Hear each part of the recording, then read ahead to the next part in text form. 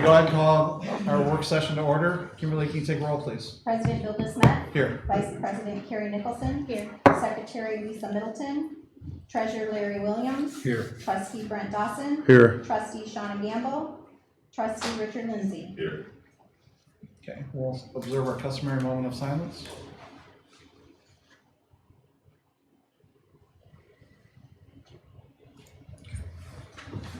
Carrie, can you lead us in the pledge, Pledge allegiance to the flag of the United States of America and to the republic for which it stands, one nation, under God, indivisible, with liberty and justice for all.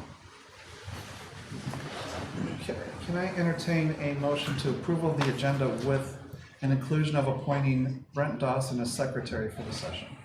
So moved. Support. All in favor, say aye. Aye. Opposed? Okay. Members of the audience may address the board on agenda items only. Looks like everybody is all set. Move to board topics. A, reproductive health updates. So I'm going to yield to you Okay. since I wasn't there. Okay.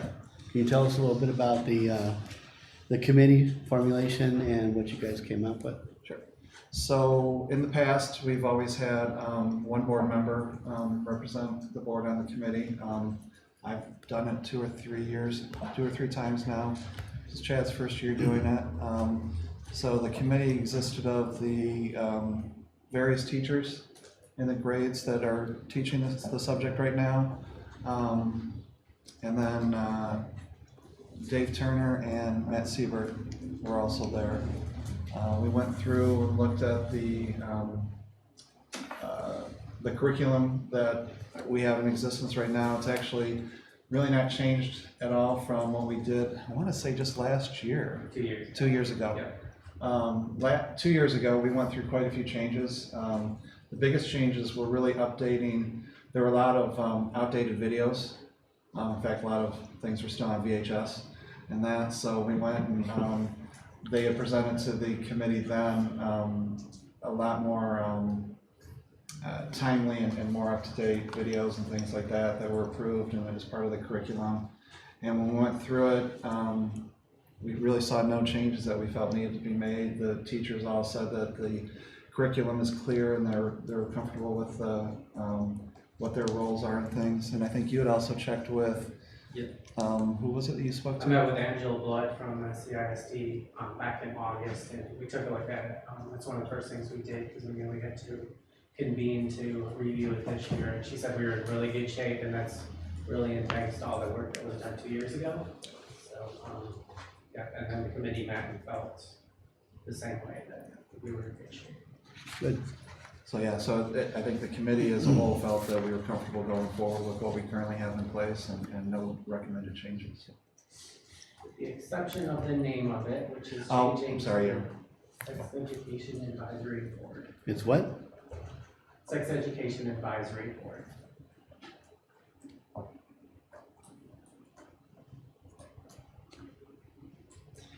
So do we have to, if there are no changes, do we have to bring that back to the board for approval? No, just if we had changes. All right.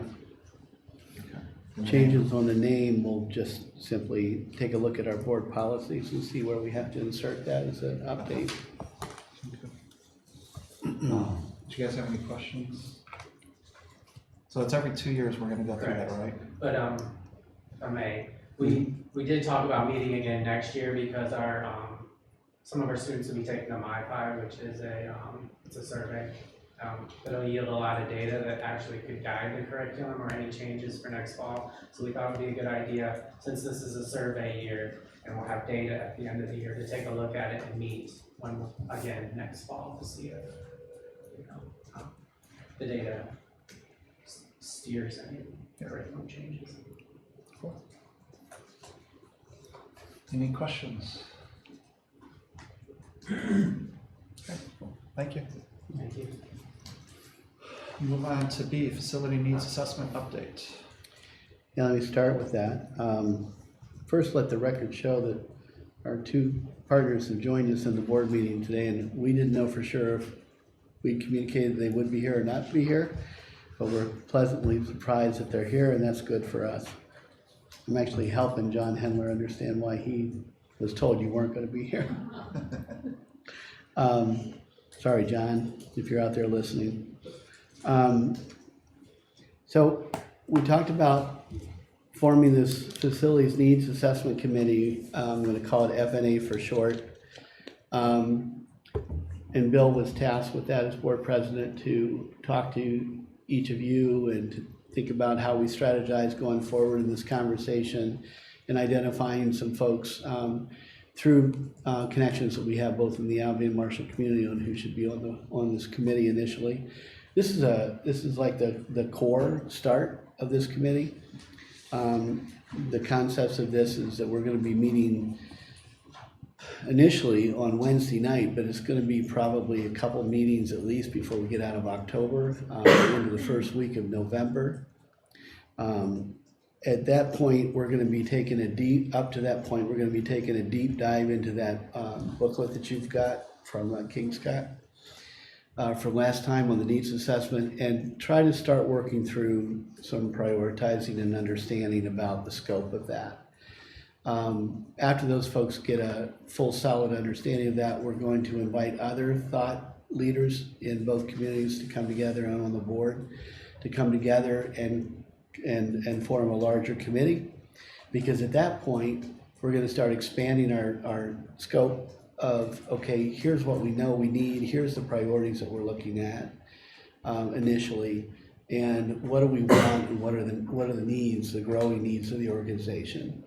And that process is going to take a few weeks to get through that as we explore different enhancements to the district based on some objectives. And we're going to have David go through some of those objectives that already percolated out of the conversations we've had. But those are certainly open for shaping by the committee, the FNA committee. And when there's a topic like additional classroom space, we're going to have administrators come directly into that committee and sit down and talk with you about why they think that need's there. What are some of the limitations of the building at this point based on classroom space, and then what are the emerging needs that are coming up out of that. And after that discussion, we can take good notes and decide, is that one of those priorities we should be thinking about as we go out to the public and share that conversation with the public. With that, I'm going to turn this over to, Bill, how did your process go with working on who's going to be on the committee? Okay. One of the, as we expand the committee, what we talked about too was, I think those are going to be publicly posted so we can have more board members at those meetings. So the good thing is that I think almost all the board members came forward and expressed an interest. So the first committee we were going to keep relatively small. So right now Larry and I are going to represent the board, and then Matt Davis was recommended by Richard, so Matt's going to be here. Joanna Tarkowitz, Alec Agnetuk, and Vic Potter, and then Len Reed, Keenan Williams, and who's the other gentleman? Mark Lelly. Mark Lelly. So far. So that's where we're at right now, and that's going to meet on Wednesday. And then, like Randy said, we'll have a couple of quick meetings before the end of this month, and then we'll expand it, and then the rest of the board, everybody that wants to be involved will be part of those, and then we'll reach out and invite more community members. There were some community members that you guys brought forward that we're planning to have included in the second piece, so I know you gave me somebody. I've already reached out to the one parent that was at the meetings, and she's going to be part of the expanded group as well. So, and then as we see other people or anybody else that you think would be good to get involved, let me know. We can make sure we get them the information as we go forward. So it's important for us to have a good balance of thought leaders in each community. And also, if we have some others that are out there in the township areas that could be included, that would be great.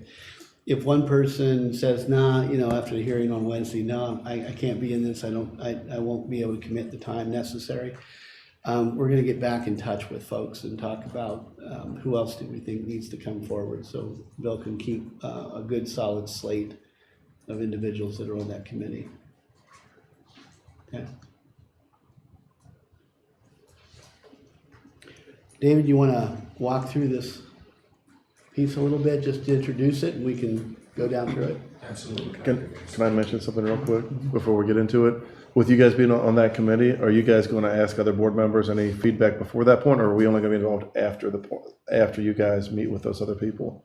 No, Because I got going through the book and I've looked at it and assessed it, and things that I think are more relevant. I've met with high school and Harrington Elementary to find out what they thought their needs were.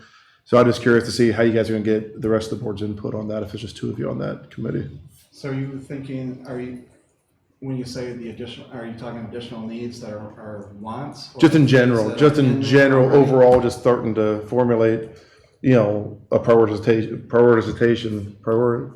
Wow, I know what you're. there it is. saying. In order to prioritize those, I thought, a lot of us that probably have gone through that want to make sure that, something I might think's a 1, you might think's a 3, and then we get together and decide, well, it probably is a 3, or whatever. I didn't know if that was going to be any part of the process or not. Yeah, that's a really good point. I think minutes being taken at that committee are going to be important, and any conclusions that come up needs to be shared back to the board on a regular basis. Okay. Yeah, Okay. so that you guys are informed along the way, and then come in as you need to, and after that first couple meetings, and Right. they get their arms around it, and then we can move on from there, and then bring those reports back to this board, because I don't think every board member is going to want to jump in at this Right. level. But when we get to the process of opening up to the community forums, we're going to want every board member hopefully involved in that process. It's what we did last time, Richard, is we had each board member sit down with little breakout groups of community members that showed up to kind of lead and facilitate, but not make decisions Gotcha. for them while they just went through and took good notes and came back and then reported the whole. So I think there's a lot of opportunities for board members to be engaged. Yep.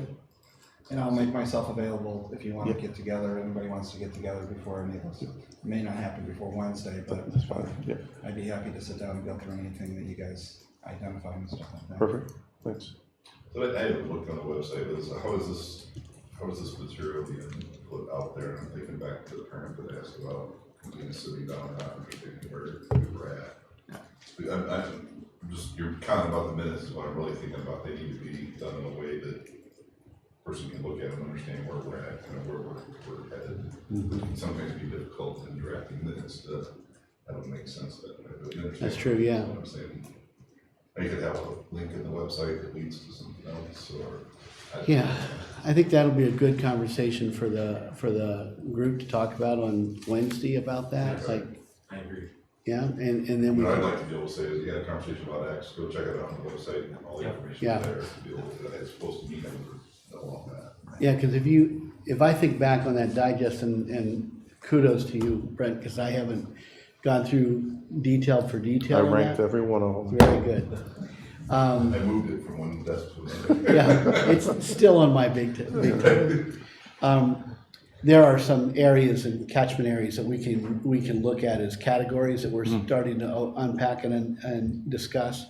In particular, that evaluation of where the facilities are relative to quality and that kind of thing. Those will be important things to find a way to share. So we'll try to work it around that piece and the table of contents on that. Walk us through that, have some minutes underneath there about general comments and directions we're thinking before we get to the next stage. I'll work with Ryan on where that needs to sit. Because I think when we did it before, once it was decided that we're going forward, we ended up working with you guys on a website that was more of the citizen committee type thing where we were posting things and stuff like that. It wasn't driven by the board though at that point, right? But I'm thinking from the educational piece that we Yeah. can do, we should take as much mileage out of it as we can. And Yeah. obviously the avocational stuff would be separate. Yeah, no, I agree. We are, and before Dave gets up, we're, Becky and I are trying to put together a meeting with Truan and get our council We're talking about the options that we have on funding, and we're looking at everything. So like we said before, we're gonna look at general fund, sinking fund, grant dollars, and bond, and have that discussion about what we can and can't do according to law, because there are some restrictions to what we can and can't do. At the same token, what can we put together as a package? And we'll try to figure that solution out and bring it back to the board for discussion.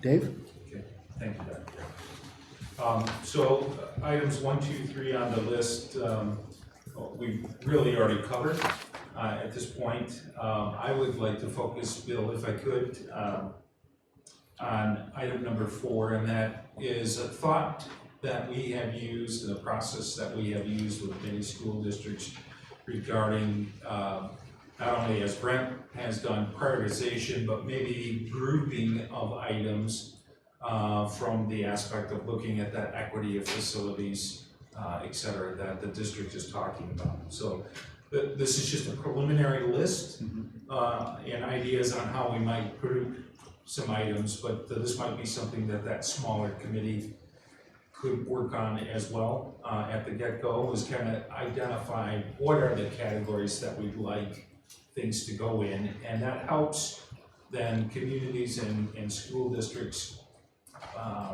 place priorities as a group of items as well as the individual items. So I applaud Brent for going through that. He's obviously having some sleeping issues, boring information to go through, but And he has no spare time, so I don't know when he has a chance to do it.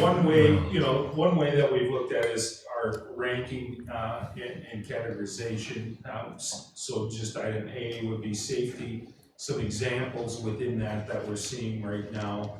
And this list includes predominantly things within the assessment booklet, but also some things that we've heard about from the interview with staff on the actual needs. So some examples of safety in law facility is parking and traffic circulation, excuse me. Secure entrances and systems, we know a little bit about that, and we've done some things this summer, but can there be more done across the district? That's something to consider. Technology and life safety systems, that would be like fire alarm systems and things like that we should consider. Again, just consider this a preliminary list that we can refine, modify. The grouping categories: learning environment equity. And that talks about how do we look at the elementary facilities in Marshall and the elementary facilities in Albion and compare. Are they equitable?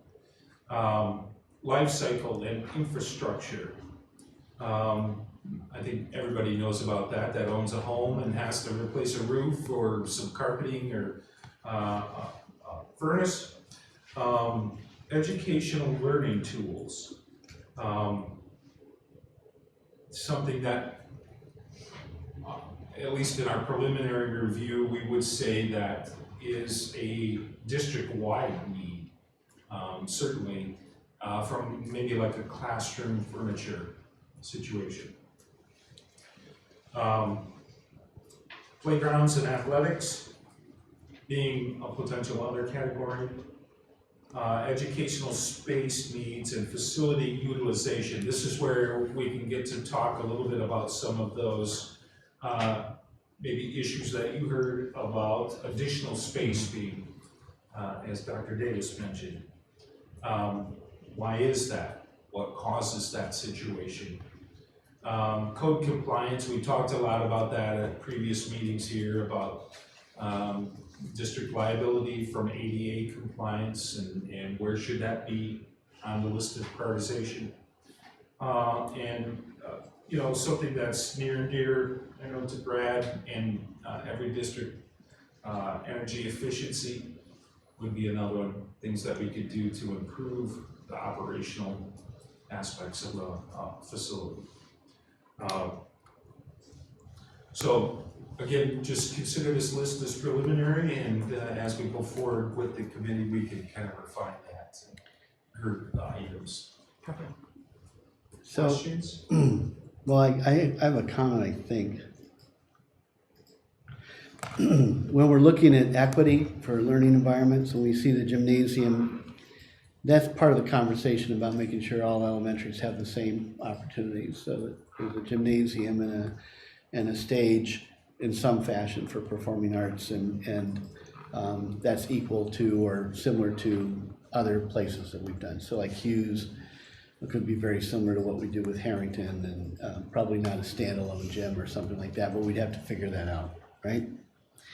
But there's also, when you talk about athletics and playgrounds, there's also equity in those issues as well. You know, you're gonna find, or we're going to find, or we already know, that some facilities may have different levels of quality than another facility does, and we have to determine how does that get worked through.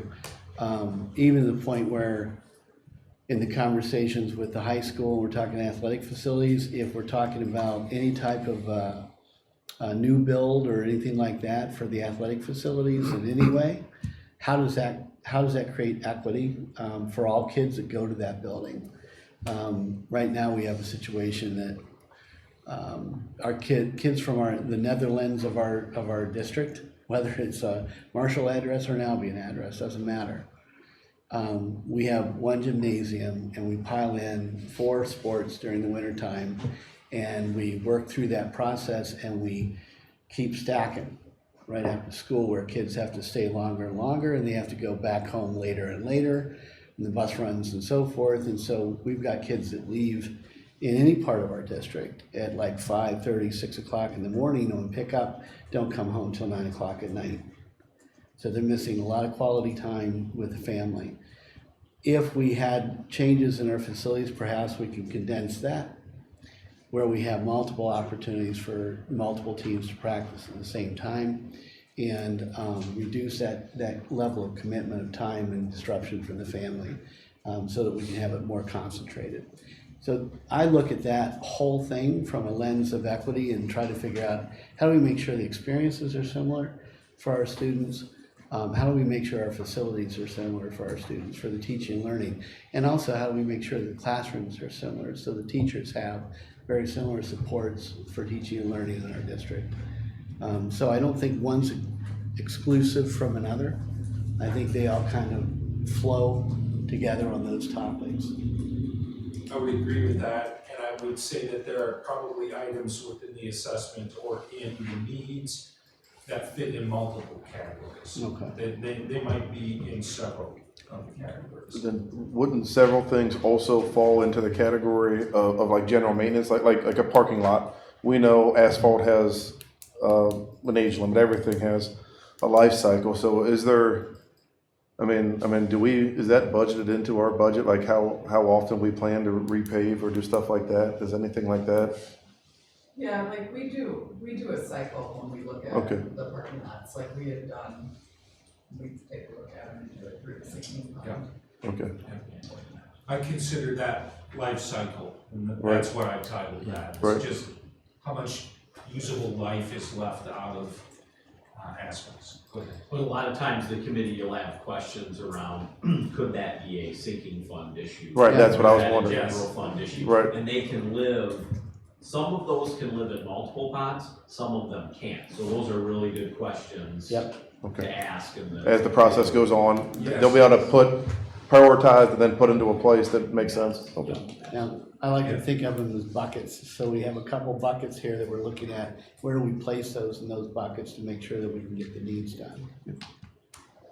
You know, if you were to get a bond and use bond funds, right, that's where it gets complex. So for example, you can't just go in and paint a classroom.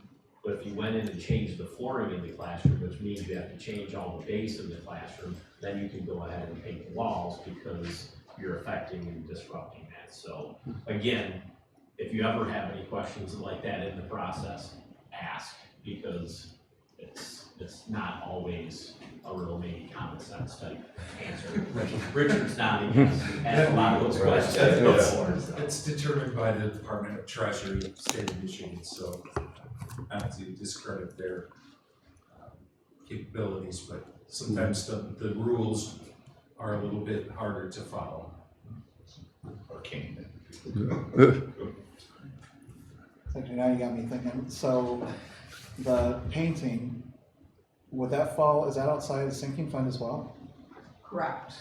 General So fund, it's painting is general fund unless Unless it's integrated. it's like- Unless it's integrated with the remodeling project, yes, or new construction. There's a digest on sinking fund that's about that thick, tells you allowables and non-allowables. she's got it memorized. I can read that in my spare time. I would say Brad and I, we should link. Actually, Chad and I worked on that digest over at Marley for quite some time, because really sorting through that and figuring out what's legal and what's not, it's really interesting. This could be legal, or this, and it's all about boilers, you know? Why can't we just fix it with our sinking fund? Well, no, you can't. This needs to be done and this needs to be done, so really defines it. So the sinking fund language at the state level was expanded, but ours is still under the old version of it. Yes. So we're,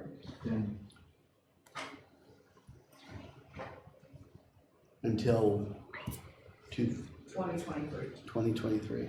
Just to add complexity to it. So how long did we do it last, what was the last vote for? 5 years, 8 years? 8 years.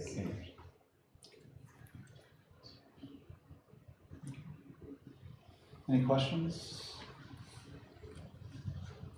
And I appreciate you reading it. I don't find that report boring at all. Well, I just wanted to be, I mean, I need to be informed, you know, because I expressed some interest in being part of that committee, and I was like, I need to make sure I have at least an idea of what we're talking about. Absolutely. We know you're passionate about building, so thanks very much for that.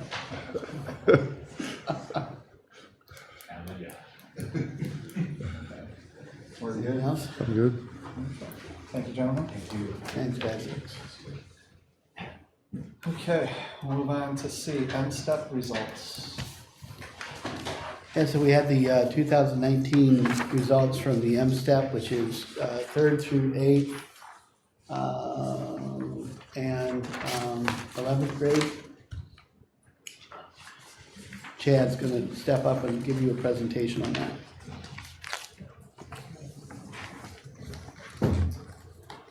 All right, well, thanks for saving the exciting part for last. Not quite, policies are next. Oh, really?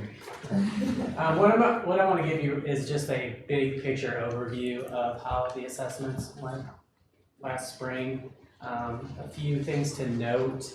It's probably the first year in a while where you've really had comparable data, where not a whole lot of structural changes happened with the test, or how it was administered, or how the questions were asked.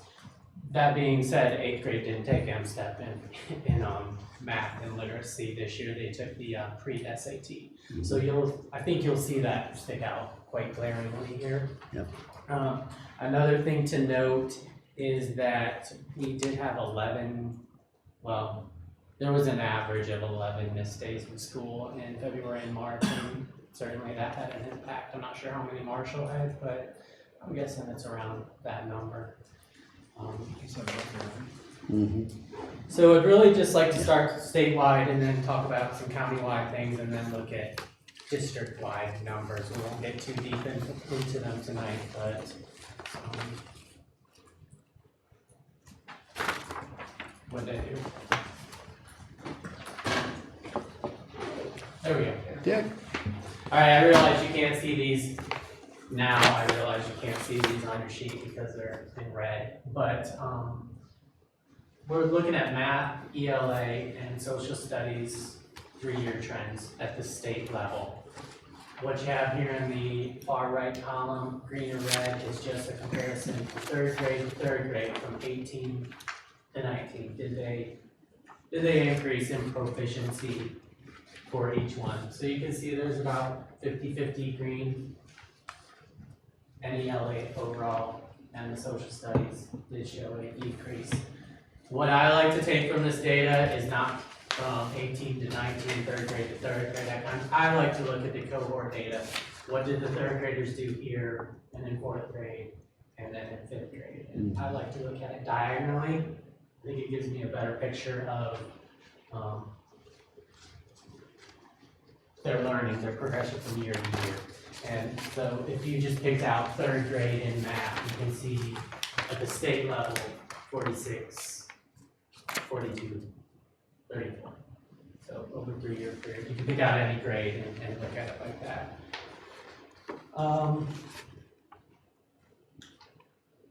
This is countywide. You can see there's a little more red countywide from third grade to third grade, fourth grade to fourth grade. Again, if you were to just pick out that same cohort in math at county level, 36, 29, 23, so it follows a similar pattern as the state. There were some slight increases in third, fifth, sixth, and eighth. And the one thing that really stands out to me is eighth grade. I don't know if you can see it on your sheet, but that is a 21.5% jump. Eighth grade. And that is probably due to the fact that they did not take the M-STEP, they took a different test, they took the PSAT. So it kind of throws a wrench into the year-to-year tracking, but you can see an 8% increase in countywide math, 21.5% increase in countywide ELA at the 8th grade level, and then again, social studies. Minimal decrease. If you go back from 2019 to 2017, sometimes there's a fluctuation where it ends up right back where it was 2 years ago. We see that in the case of 5th grade. The district level, same data, or same grade level proficiency, set up a 3-year trend.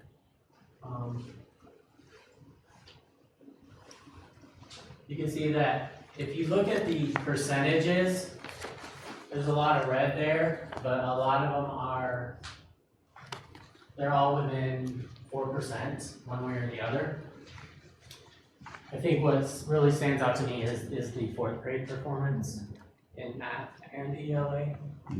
And social studies is a little harder to track because you have a 3-year gap in between testing, but I think that is something we need to take a much closer look at the current 5th graders who tested last year's 4th graders.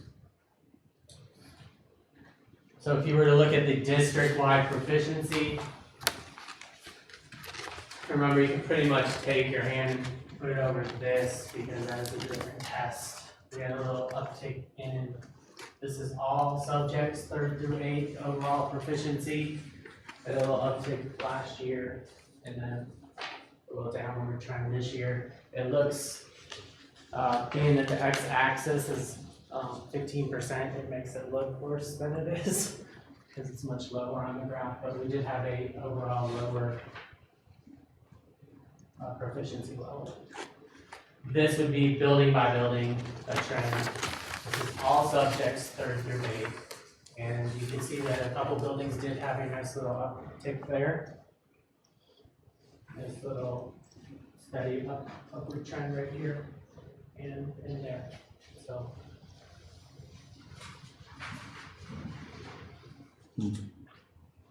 Peer districts. So these would be 10 districts, the 10 closest districts that have about the same population and about the same free reduced lunch percentage. So we're looking at socioeconomic status, Charlotte, Hooversville, Park Creek.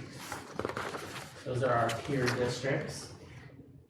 So in comparison to our peer districts, again, we did show a little decline in overall efficiency, but this is a 30% x-axis, so it's a matter of about 6%. Countywide, overall proficiency, this is how we rank. You can see there's about 2 percentage points one way or another and, bump you down to 10th or put you up to 3rd. Yes, sir. Did you say we switched tests a couple years ago? Is that just our district? No, No, no. whole The whole state changed? Okay, Yeah. okay. Yeah. So I'm pretty impressed with all of that. Any ideas what's going on with that, Marley? I would offer a suggestion, I don't know. The superintendent in our league, right? Yeah. I would say that some districts benefit from consistency, and that if you have a single building, you're able to harness your energy, go in the same direction and build in that consistency. Right. It's a little more difficult in bigger districts, with Yeah, so- multiple sites. For multiple sites on elementary and trying to get them on the same page, doing the same thing and so forth, it's gonna be a struggle. Always has been. I mean, Lakeview seems most capable above us in their percentage points. Mhm. Yep. Yeah, So that was just small. It's pretty solid. No, they've got several elementaries, don't they? Yeah, Yeah. probably 4 also. Talking SAT results, this is actually a 4-year trend chart. For statewide results, you can see that they dropped about 15 scale points from 18 to 19. And if you look back 4 years, there's been an overall decline in the reading test and the math test. Looking just at MHS, you'll see that again, there was also a change in a decline from 18 to 19. But if you look back, the difference here is if you look back to 16, the total, and then the 19 total, we had a nice little arc, but we're right back where we were 4 years ago. And I think you'll see that's common across the state here. If you wanted to look at our 2 high schools separated, this next chart does that for you. This is just the math portion of the SAT. And overall, 4 years, it's pretty flat, really. Marshall High School. Chad, I don't mean to put you on the spot on here, because I'm gonna ask Ben this anyways at the Opportunity High School, but 21 students tested this year. Any idea what the end size was, the sample size for last year and the year before last? That actually took the test? Do not know that. Okay, all right. That is a very small sample size. Mm-hmm. Okay. And similar graph that separates out the evidence-based reading and writing scores for the 2 high schools. This is what I was talking about before. This is an average composite score between the 2 high schools, so it doesn't necessarily reflect the high school, but you can guess Marshall High School would actually be up here at 1,041 and a little arc and back to 1,041. But it does follow the same arc that the rest of the state is experiencing. So that's, So the peers are the green, that would be those 10 districts I showed you earlier, and yellow would be the entire state. you gotta ask yourself if the assessment with the SAT has changed. With the same similar kind of graphing that goes on. Okay. So, if we were to take those same 10 peers and match our composite SAT scores, this is how we rank. Very impressive.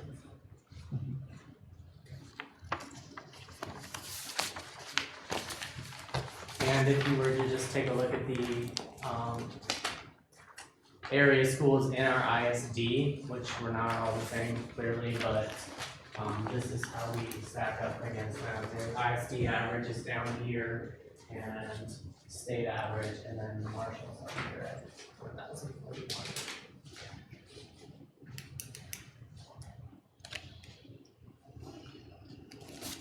Some points of pride that you'll probably get later as we did start to unpack the data for the schools and for the subgroups are that the 8th graders showed 3 straight years of improvement in math and reading. Walters Elementary had 5th graders were 62% proficient in reading, which is almost 20% above the state and county average. The Harrington Elementary 5th graders from 3rd grade to 5th grade showed 3 consecutive years of improvement in reading proficiency. They went from 14 to 26%. Hughes Elementary 3rd graders were 66% proficient in reading, again, a very high score. When you're talking about the 5th graders, are you saying like compared to when they were in 4th and 3rd grade? Yes. It's not like 5th grade last year, 5th grade the year before? Right, it's what, from where they were as 3rd graders to where they left as 5th graders. So I think that's definitely something to be proud of. Gordon and Hughes, 3rd graders both scored above the state and county averages in reading and math. As a group, our 5th graders scored above county and state averages in reading. And Marshall High School had the highest composite SAT score when compared to both schools in the county and schools with similar populations.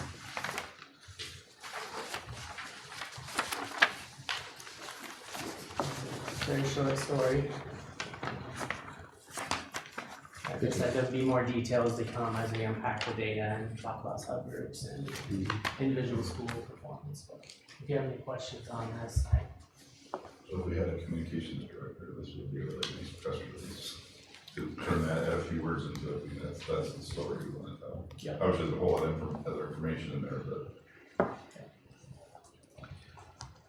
Yeah, and Carrie, your question about the 5th graders, the cohort from Harrington, you can also see in the M-STEP trend, district-wide building trend of overall proficiency in all subjects.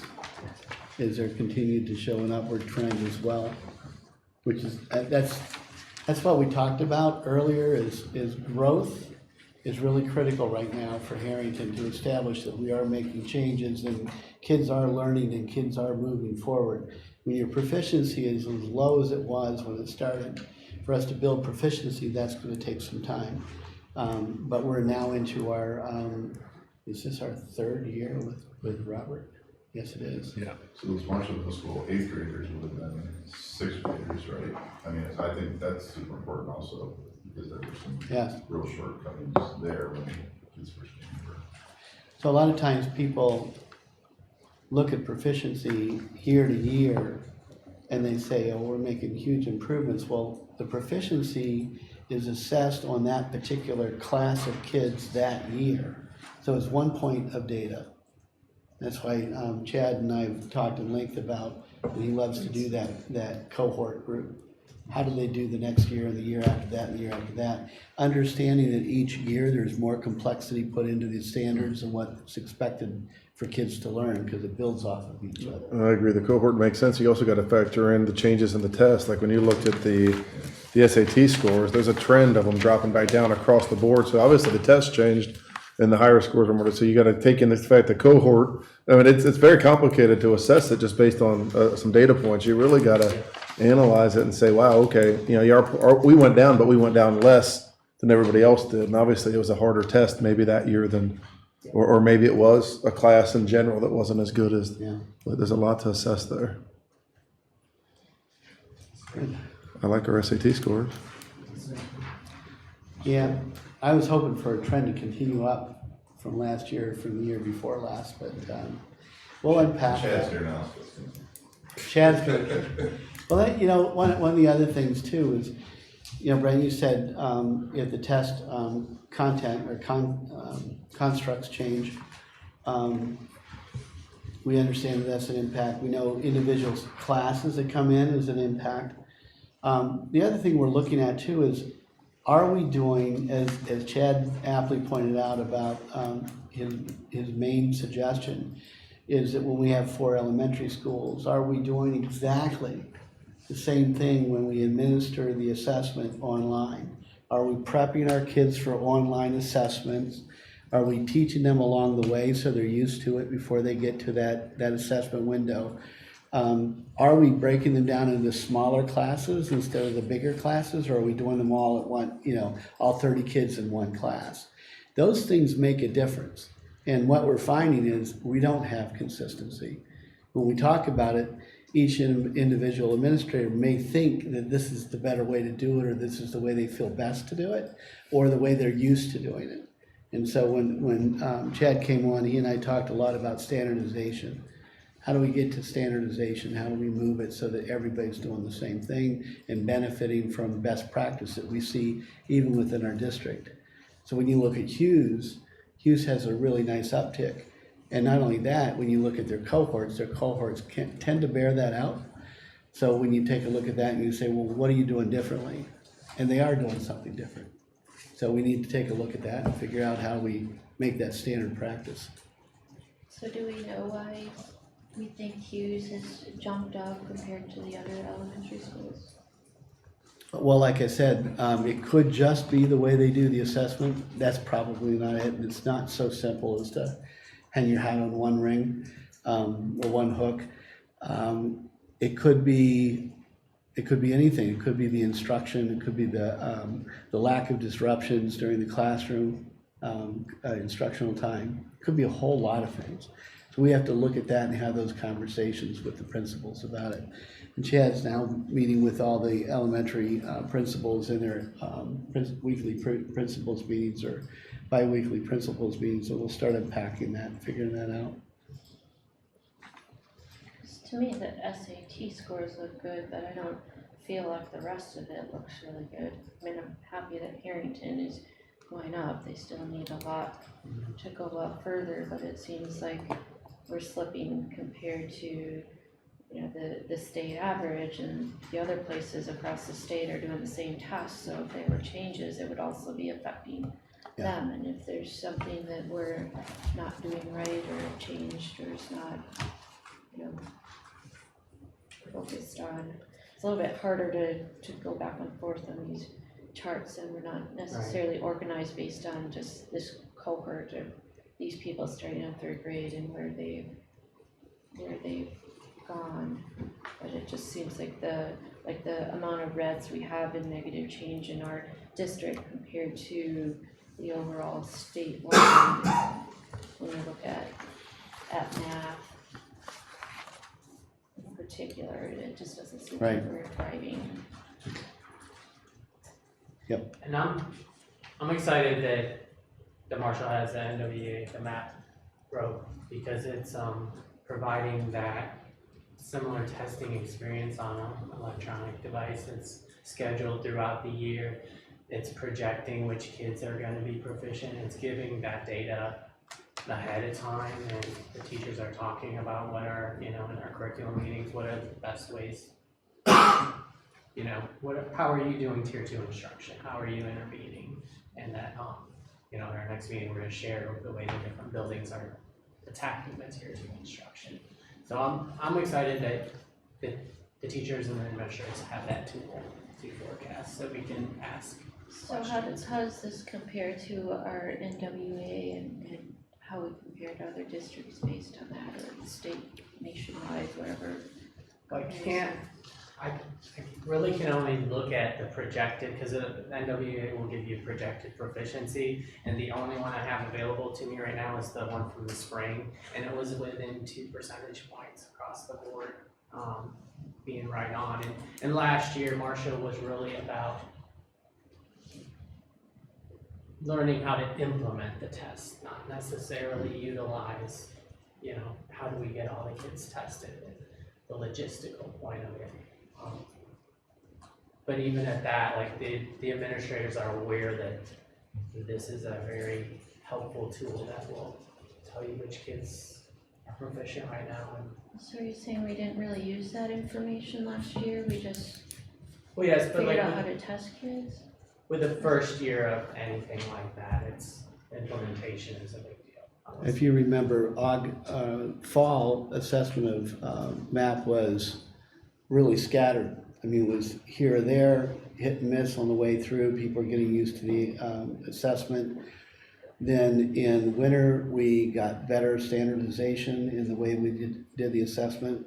did not release the results, didn't use them in informing instruction as much, but looked closely at the data. In spring, we took a look at that and we're saying, yeah, this is, now we're looking at, are they related? Can we see that they're actually strong enough to be able to predict and correlate with what the M-STEP scores look like?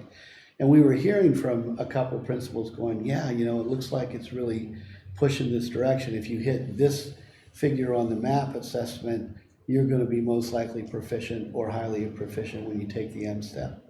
So now that we know that, and this is the first year of full implementation, we'll be able to use that data now, which we are, and into the winter assessment as well, and figure out who are those kids that are on that bubble that need to be lifted as hard as we can, who are those kids that are low that we need to lift up. They already have services wrapped around them, so how do we make sure that that's all coordinated? But how do we get those kids that are just below proficiency or just below that benchmark we're looking at MAP and bring them above that? And that's really, that's great to know. We have confidence in that. And does that give us a better idea of what, like, say, third grade math, and we didn't do very well, maybe we, or fourth grade, we dropped 15%. Does it NWA do better about saying what part of third grade math that we're really struggling at compared to the M-STEP, or do you guys get a breakdown on the M-STEP of what parts of it we're having struggles with? Or I don't know, does MAP, is that discerning the math constructs or standards? As far as skills and like ready, yeah, it will break it down which students are ready for this next skill, which students, yeah, it will group the students by skill for science, math, and reading. What we know about the assessments we're doing, there's a lot, if you look at our assessment window, it's pretty full. We have a lot of assessments going on. So we have benchmark assessments for Fontes and Pinnell. Then we have running records or progress monitoring that we do, which is assessments. We do MAP assessments. We have a whole litany of other assessments that go on at the same time, along with curriculum assessments that are done. What we're finding is that the Fontes and Pinnell doesn't predict as much. I mean, we know that there's a prediction level there, but that's not what that assessment's for. That's for diagnostic. It's also as good as the evaluator. So if the evaluator is really skilled in what they're looking for, they're going to evaluate consistently and they're going to be able to unpack that. When you have 200 and some or 150 some teachers that are doing that same assessment, you're going to get variation.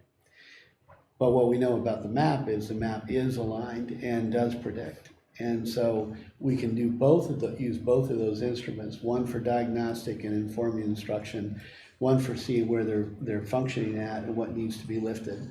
And if we get really good at it, we'll be able to continue to move the needle.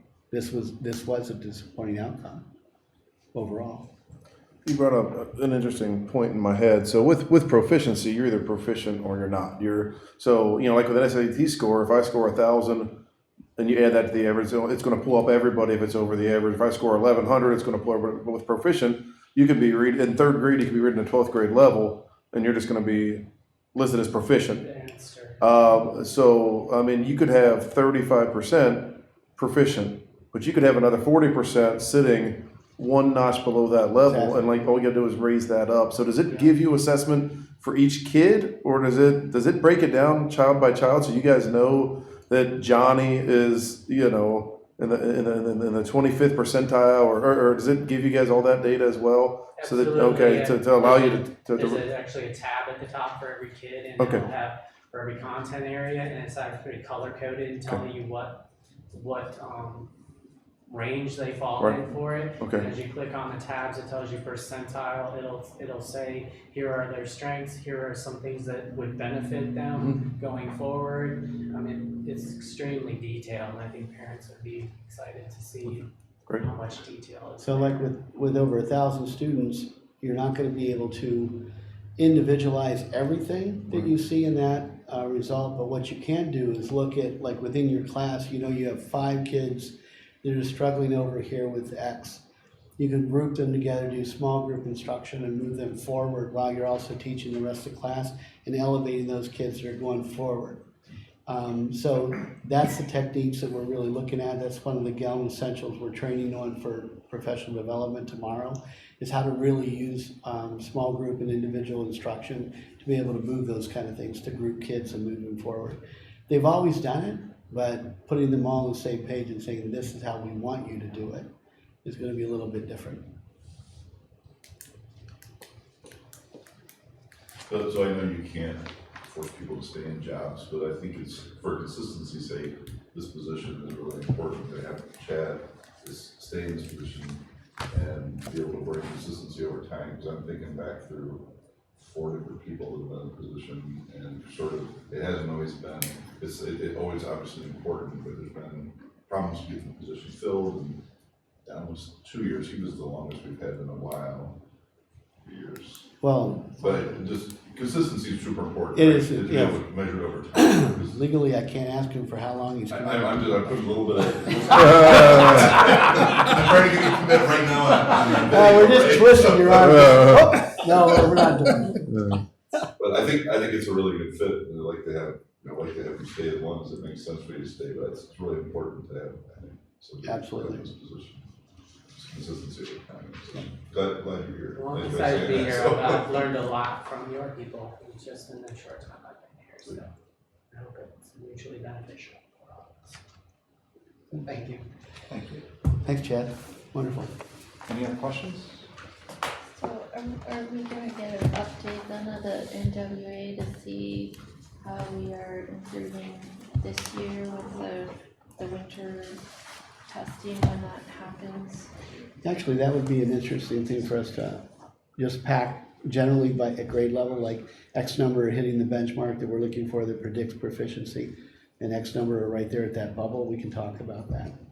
So it does seem like that would be more helpful, and I know the M stuff is important because that's how things are out there, but if we're comparing how our students are learning in that class and that trend, I think that would be more helpful, and to know, like, you can't tell us exactly what Hughes is doing compared to the other students, but get some sort of feedback about what you found, and so we have confidence things are going to change and improve. Well, yeah, and the other thing I want to mention, and Chad, you can correct me if I'm wrong, but student growth is calculated as well. So students are tracked and at the state level based on the M-STEP assessments, and CEPI looks at how are kids growing from one year to the next. Growth is almost equally as important as proficiency on the overall outcome. When you go back to CEPI reports and they go to the benchmarking and they say, how are your kids doing in 3rd grade? And what is the likelihood that they're going to be able to be proficient by such and such? And what is the likelihood of them that they're going to be successfully completing secondary ed? So those things compiled together. This is just one picture. There's a whole lot of other stuff that goes behind that. When I come back and give you those reports from the dashboard that talks about where we ranked and how are we looking, they take all of those things into consideration, just not the proficiency rating in 2019. They look at everything. And so you're asking for a deeper look about how kids are progressing.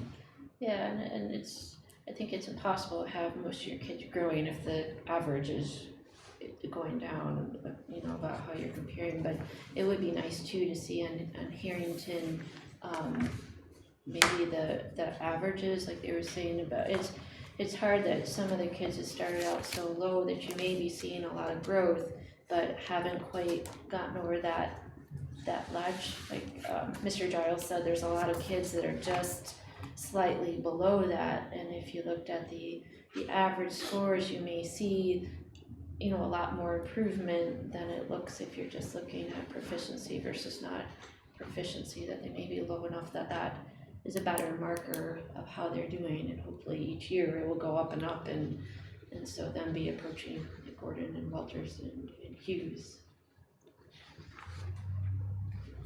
Yeah, the one thing, a great way to illustrate this is through pivot tables, which is a certain graph that you can do to show growth and show change from one year to the other from the same group. And you can see which ones went up and which ones went down, and what that bubble looks like, how many kids are in that bubble that's at partial proficient instead of fully proficient. Those are the things that we need to really keep in front of everybody and focused on. And do you think that we're taking away from actual instructional time by doing too many assessments? Do I believe that? Yeah, like it sounds like we're doing the NWA, but maybe haven't really used that information, and if we're, and that's kind of new, but even like Yes. what Font is The video's now. not right. Is there evidence Tell us that what you- states that's the case, not is it your opinion? Yeah. There is growing evidence to show that the more that we do assessment, the less instructional time kids have in the classroom.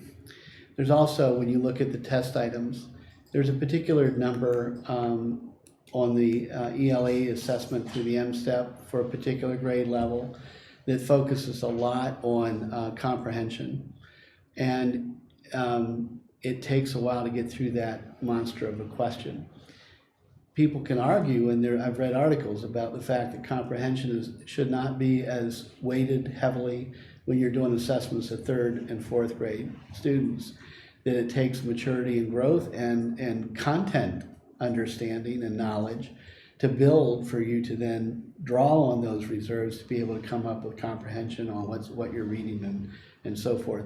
So there's arguments about that. There's a question on the writing that gets 1 point in the overall scoring for proficiency that takes our kids, and most kids, in excess of 20 minutes or so to finish. So when you look at that and you say, and I learned that from Bill Daggett a couple weeks back at MASA, when you look at those kind of things and unpack it, and you say, what is our return on investment for the kids to spend a lot of time on this that is only going to count 1 point out of the overall proficiency, and versus them spending time quality on those areas that they know and can get through and move forward. Think about the variety or the variables that you're dealing with when you're talking about state assessments and the true efficacy of that. And that's always been the argument about accountability and assessment and grading districts, A through F and all that type of stuff. Those are the pushbacks that you get all the time. Bottom line is, we need to know where the kids are at. We need to know what they're deficient in, what they're really strong in, and how we can move them forward. And in my view, that's pretty much what we have to be doing in our district. These are, and I was now 2009 for Bill, 2010 for me. We've now listened to this for 9 years as the state tries to figure out how in the world to do this. The state legislature doesn't know how to do it, so they keep passing laws and rules, and we've seen so many crazy things thinking back just during my time, and then your time. It's really a difficult thing to try to measure. It's easy to say it, but it's really hard to do it. So, and do it in a way that makes sense to be used in a positive way. Yep. All right. Anything else? Okay, move on to D, board policy updates. Neola. So we're going to be in the midst of doing a transition. We've had a couple of these policy volumes that have been sitting on our table, and we want to get through some of these and move them forward so we can transition into the new system. The new system is an electronic system that allows actually Kimberly and I to look at the screen, look at it by screen, and take one policy over, take a look at the recommended changes, make the changes or selections that we make, and then bring them back over, have them printed up and available for you, or you could find them in an electronic deposit file. Eventually, we want to get you to that point where you understand the system and you can go in electronically and take a look at these rather than giving you these PDFs or the paper forms for the policies. Some of you that are new haven't had policies in front of you for a while, other than a few smatterings that we've had come through. So we went with the most recent, and we move our way back. These aren't as daunting as you think they are or as you initially look at them. This thing right here, which says volume 34.1 and volume 32.2 or 33.2, there's a volume 33.1 and a volume 32, There's always that one and two. which still needs to come forward. You've already seen a lot of those policies before, the board has. So we're talking about updating those and catching up with them. These you haven't seen, they're brand new. We sat down with our new representative from Neola, Patrick Krieger. Pat Krieger used to be the superintendent not so long ago at Union City Schools down here in Calhoun County.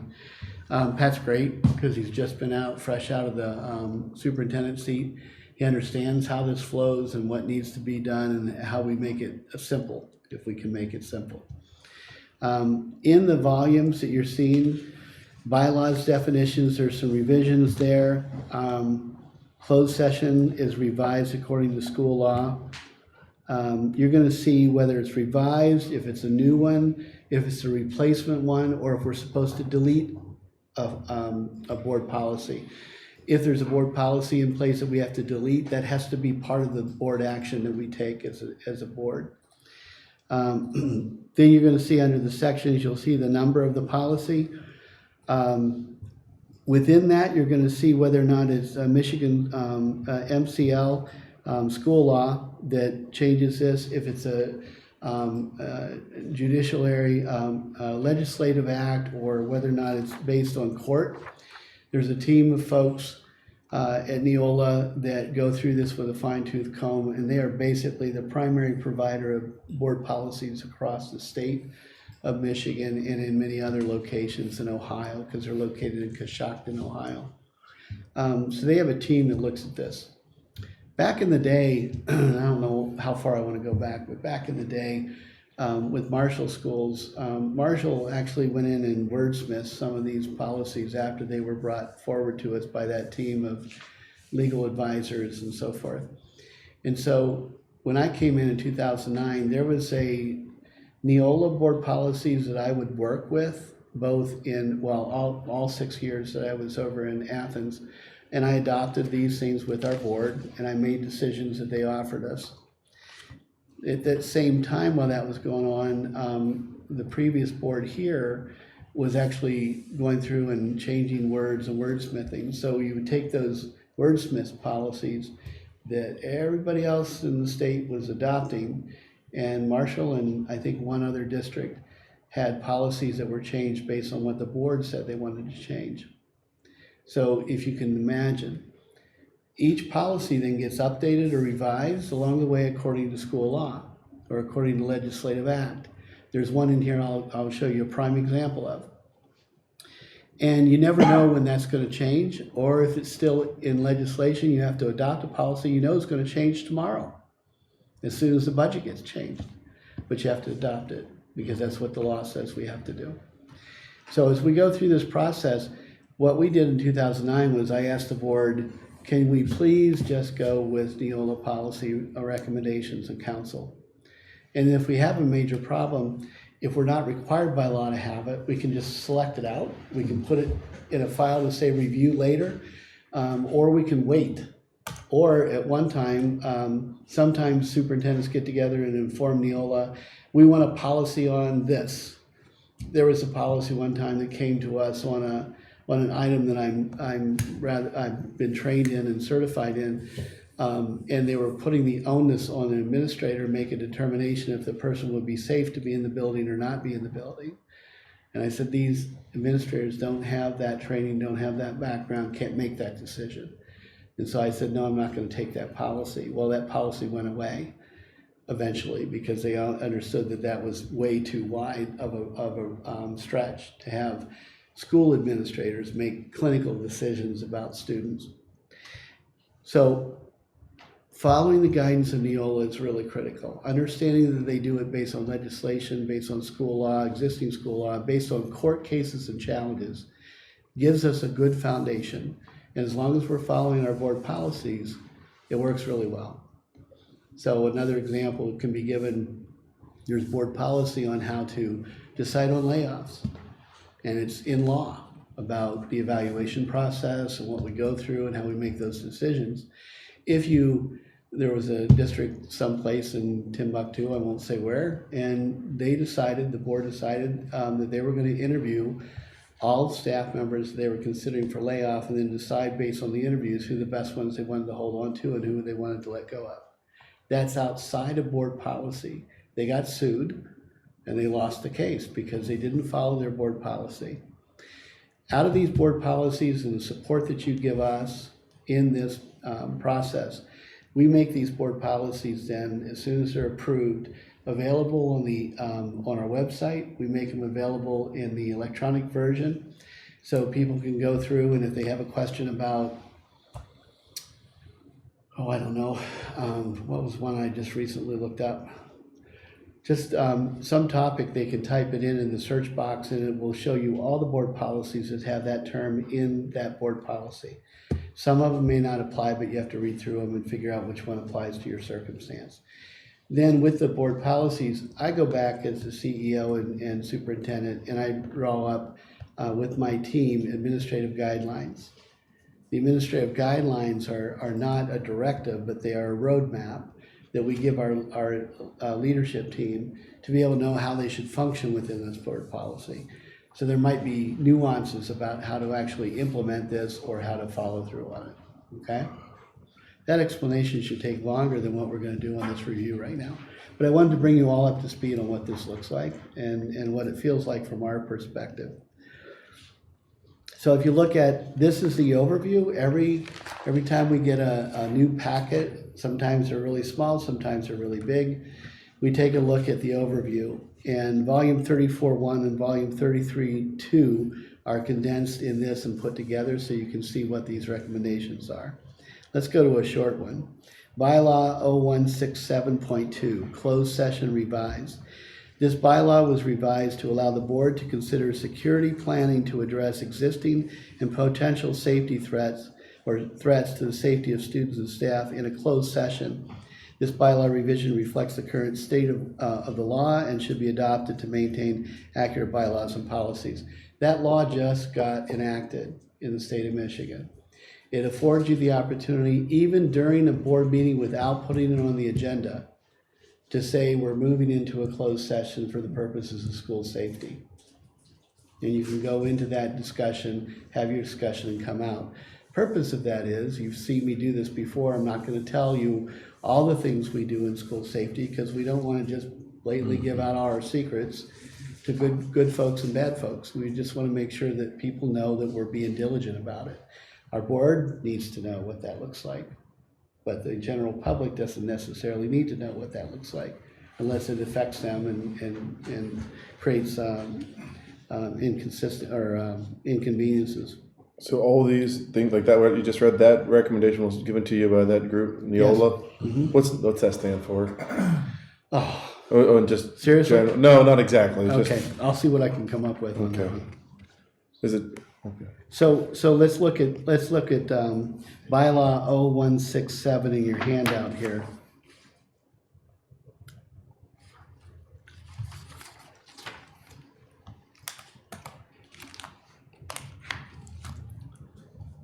The first one on board bylaws 0100 is the definitions. The second one is 0167.2 closed session.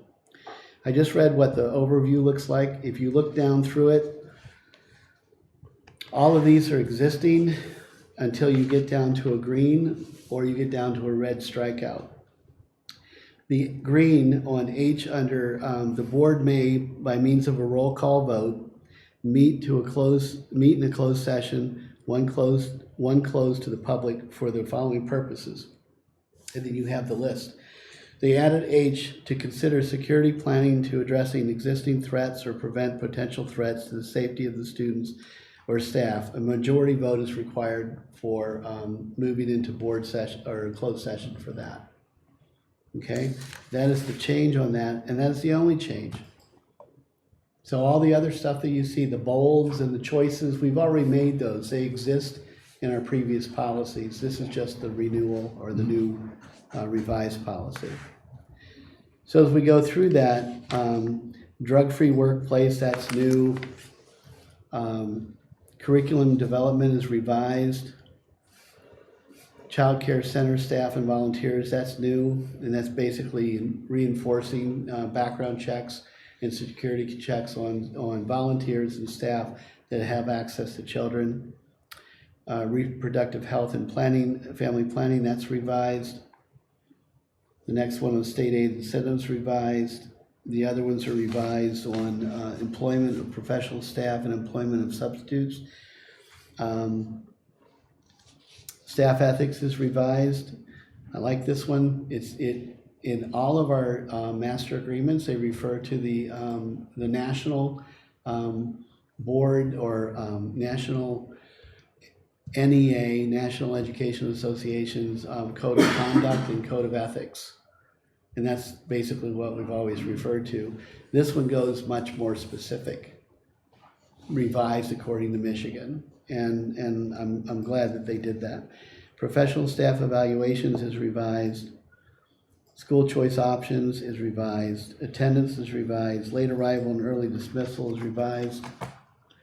New school construction renovation is revised. Procurement, federal grants revised. Crowdfunding revised. System of accounting revised. All of these new ones, small and unmanned aircraft systems. So that's a new one because it's about drones, and it's about whether we're going to allow drones to fly over an occupied space of pedestrians and students during an event. And basically I said, no, we're not going to do that. Last thing I want to be is the first headline that says a drone crashed in to a football stadium crowd, injuring 4. So that approval has to come through me anytime there's a drone on our campus, and only times when there's no one present for that drone to be there. So if we wanted to take a aerial view of our campus and we wanted to cruise around and do that, I'd make an announcement to our staff. I'd let our folks know we're not going to do that during an activity that's scheduled on a Sunday or a Saturday late afternoon, and then we're going to modify and monitor how that goes, and they're going to do their thing and be done with it. So that's just things that aren't part of their educational class, right? Because didn't we use drones at the Opportunity High School? Yeah, as part of- it's fine. When that's part of what they're doing that under instruction, under supervision, so that's fine.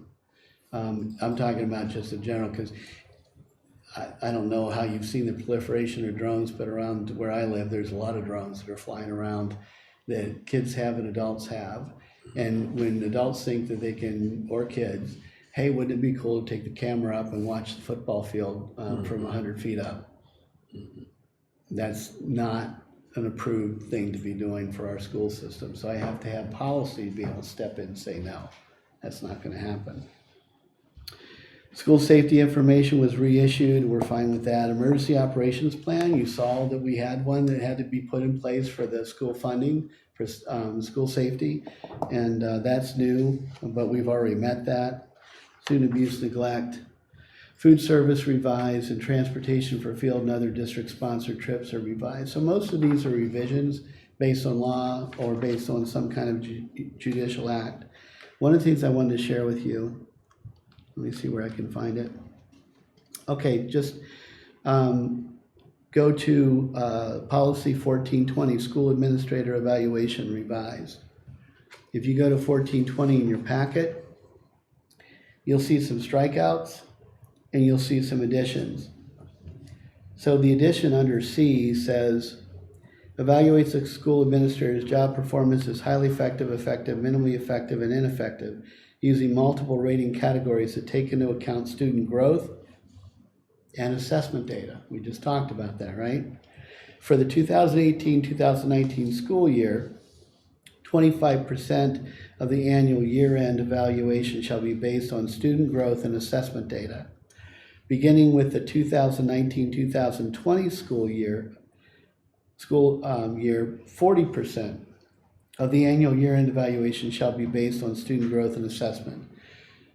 We're going to ask you in the next board session to approve that, knowing full well that that's going to go back to 25% based on legislative action later on this year. You see how fluid it gets? Mm-hmm. And then we're going to get an update, and that update's going to come to you, and we're going to go through this process again. So what we're trying to do is make it as seamless as possible and is available to you if you want it to be. We're allowed to go with a presentation of the board policies for you to review this handout, come back ready to vote on it next board session. We used to think it had to be 30 days. It doesn't, and you could go from one board meeting to another board meeting. Yes? We'll actually discuss at the next meeting, just before we vote. Yes. So when we move to action to approve, that will be opened up then for any discussion, and we'll go through each of the board packet, or board policies that need to be discussed. Thank you, Kimberly. So, this gives a snapshot of what Neola is, what it stood for, what they're doing now. Neola, Northeast Ohio Learning Associates. This expanded to But Michigan. that's just what they do. That's right. All they do is review board policy and law and Yep. recommend changes. That Yep. Sounds like a fun job. Yeah, I'm not gonna make a public comment on that one. I just think it's, Lawyers do. it's an arduous, yeah, there you go, Richard. It's an arduous job that somebody has to do. Absolutely. And thankfully, somebody's on top of it for us, and I work with him forever. Chad and I worked together with Marshall and Marley, working at the same time when we got our counsel from our representative. So it's good stuff. It's important to do. If you don't have it, in the absence of that, I know that Truan is looking at developing their own board policies. They've already talked about it in orientation. They're our legal firm that represents pretty much the majority of every district in the state. Haven't seen their final product. It's interesting that they want to do that, but right now we're sticking with Neola, and we're fine with where we're going with this. So as for right now, we just need to read through this, come back next meeting, vote to approve it or not. Yep. Nothing Any will discussions that you have, we can do at that point, So we're not discussing any of it today? if you'd like to. But I mean, Well, I just had a question about Sure. the attendance one. It wasn't really a change this time, but, it says. can you we give me can- the number on it, please? It's 5,200 or page 29. In my packet, page 29. It just says that we can expel people or suspend people if they're absent too much. But it seems like if they're not coming and then we like make them not be there any like more, like if you've missed so many days and then you say, well, now you have to miss even more days because we're suspending you. I was just wondering how we implement that or what we do. Well, that's a really good example, Carrie. It So doesn't sound like it says that we have to, it just says that No. we can suspend people or expel them from the. yeah, so let's use this as a opportunity to kind of go on the same page. The attendance policy. When you look down here, you'll see some check marks because they gave us some options. First option was attendance shall be required of all district students except those exempted from policy 5223 or by other provisions of state law during the days and hours that the school is in session. Check, or during the attendance sessions in which he or she has been assigned. So that covers all the kids when they're in their school or they're out of our school attending classes elsewhere, etc. The superintendent shall require from the parent of each student or from an adult student who has been absent for any reason, one written statement and or confirmation of the cause for such absence, because we take verbal as well as written from parents. We don't just limit them, no, we're not excusing until you bring something in writing in. The board reserves the right to verify such statements and to investigate the cause of each absence. So we reserve the right, it says the board, but it would be me or the principal, reserves the right to investigate anything that we think may be out of the ordinary, or may be suspicious, or maybe not understood. All the other things that are listed there are crossed out. The next one is the board may report to the intermediate school district infractions of the law regarding the attendance of students below the age of 18. The age changed from 16 to 18. So students that are enrolled in our school that are 18 are under this guidance, which means what we do is as attendance builds and builds and builds for whatever reason, it could be legitimate reasons or not, we would then refer to the ISD for their attendance department who would then go out and intervene with the parent and the child and talk about, you know, what's the problem, what are the obstacles going on, how can we keep your kid in school? So it's not really about kicking them out, it's more like, how do we do that? You'll notice that there are words in there that, as you're reading through, when it says shall, we will. When it says will, we shall. When it says may, we might not, or we may. So the language is very critical when we take a look at the options. The new considerations are, the board considers the following factors to be reasonable excuses for time missed at school. And these are the options that they gave us, and basically I accepted all of them. Illness, recovery from accident, required court attendance, professional appointments, death in the immediate family, observation or celebration of a bona fide religious holiday, such other good cause as may be acceptable to the superintendent, ultimately to the principal that then comes to me if they have questions. Attendance need not always be within the school facilities, but a student will be considered to be in attendance if present at any place where school is in session by authority of the board. That also includes homebound and different things like that we approve to have kids be taught outside of our school system, or in some cooperative agreement programs, or at the CACC or the Math Science Center, or even at a college for dual enrollment. The board shall consider each student assigned to a program or other guided learning experiences authorized under Policy 2370 to be in regular attendance for the program provided that she or he reports to. The daily, weekly was crossed out so that there's no time consideration of that expectation. The next one I checked was the board authorizes but does not encourage the superintendent to suspend a student from a particular class or from a school if sincere efforts by the staff and parents cannot rectify the pattern of absence. In keeping with this philosophy, the board supports efforts to provide for out-of-school alternative education opportunities for truant students rather than to heighten the effects of absence through suspension. That's a broad term when we talk about alternative education. It's not just the opportunity school. It could be a variety of different things that we choose to work with the family on and make sure the student stays engaged. And then the superintendent shall develop procedures for the attendance of students which, and then you see the full listing. And at the very bottom it says Neola, and it gives you the year in which this has been revised. Okay? That's how we all kind of should be reading those things and going through and going, okay, I get it. You know, Dr. Davis had to make some selections. If you have concerns about a selection that I've made, those are good questions to ask about, you know, Randy, why did you do this? And I'll tell you the rationale for it. We can have a debate about that or a discussion, and then you guys approve it or don't approve it. Okay? And any policies that I say no to, that I'm allowed to say no to, that isn't required by law, will go into a reserved file that you'll be able to see. Those are, when you go electronically, you'll be able to see those policies. And we can bring those back out and reconsider them, or we can just leave them in that file until it butts up against another policy that we have to consider. And a lot of times these things kind of feed off of each other. Any questions? This is going to be so much easier when we get to the automated and electronic piece of it. You're going to love it. We're already thinking this is exciting because we're going to get through a whole stack of things and get moving forward. Very cool. Anything else? Okay, we'll go to public comments. Anyone can speak to the board. We ask you to keep your comments to 3 minutes or less.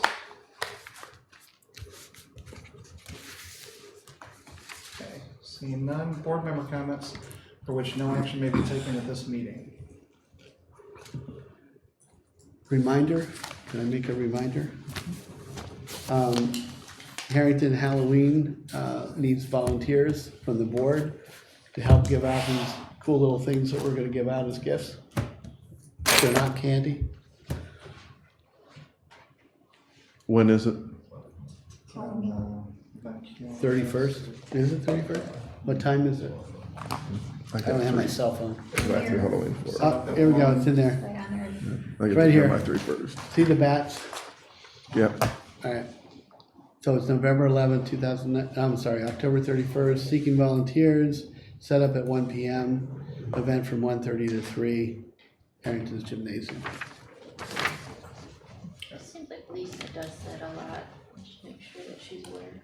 I will follow up with her. Anyone else? We are adjourned.